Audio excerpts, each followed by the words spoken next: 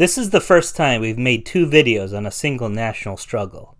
We probably aren't going to do many more in the near future, although the Burmese Civil War will doubtless need an updated treatment in the future. However, given how much has happened in Ethiopia since our video on the Tigray nationalists, our very first video in this series, we thought it was necessary to let our viewers know how things are going not only in the Tigray people's struggle for independence, but also a number of parallel movements that have allied with them against the Ethiopian central state.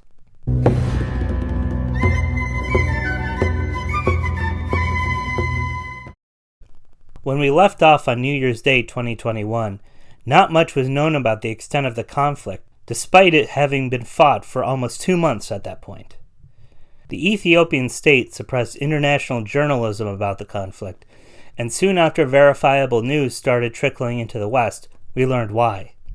The Ethiopians had employed Eritrean military units to help them crush the northern region, and these Eritreans had engaged in some truly barbarous war crimes, including indiscriminate killing of civilians, mass rape, and destruction of ancient churches with refugees hiding inside them. The Aksum massacre on November 28, 2020, involved the killing of at least 700 Tigrayan civilians in a church that traditionally held the original Ark of the Covenant.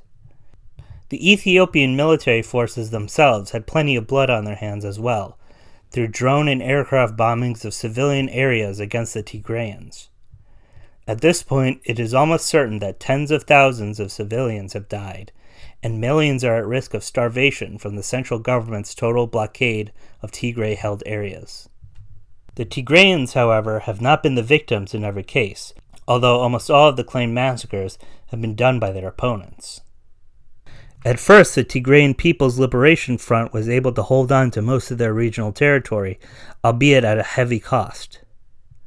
However, as the war continued to go poorly for the majority Amharic Ethiopian state, the TPLF found new allies in the Oromo Liberation Front, which represents an Ethiopian ethnic group in the south of the country, and fellow northerner Afar nationalist groups. The allied separatists have been able to make incursions into the central Amhara region of the country, the government's heartland. On November 2nd, as the TPLF and OLF mulled driving straight to the capital of Addis Ababa, the beleaguered central government declared a state of emergency and called on all loyalists to defend the capital region with their own arms.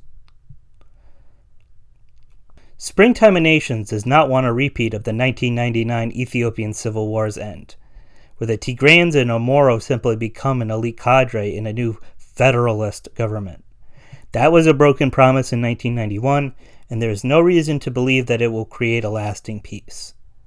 The Ethiopian central state had a chance to allow the Tigrayans to secede peacefully. Their attempt to crush them has backfired on them spectacularly, but we can only hope that the cycle of violence can finally end when all nations in Ethiopia who wish to are granted independence. Long live Tigray, long live Oromia, and long live Afar. May 1,000 flowers bloom.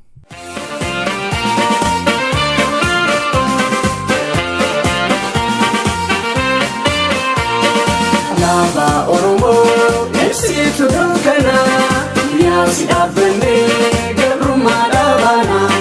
Alaba Oromo, Epsitu Dunkana, Yasi Abene, Gabruma Dabana. Kumile Nana Fesi Dabna, Marandi Bilu, Terre Dabana. Alaba Oromo, Epsitu Dunkana, Yasi Abene. Si facciasa, le si fomesa, Oromia reti, cadensi lapsisa, alaba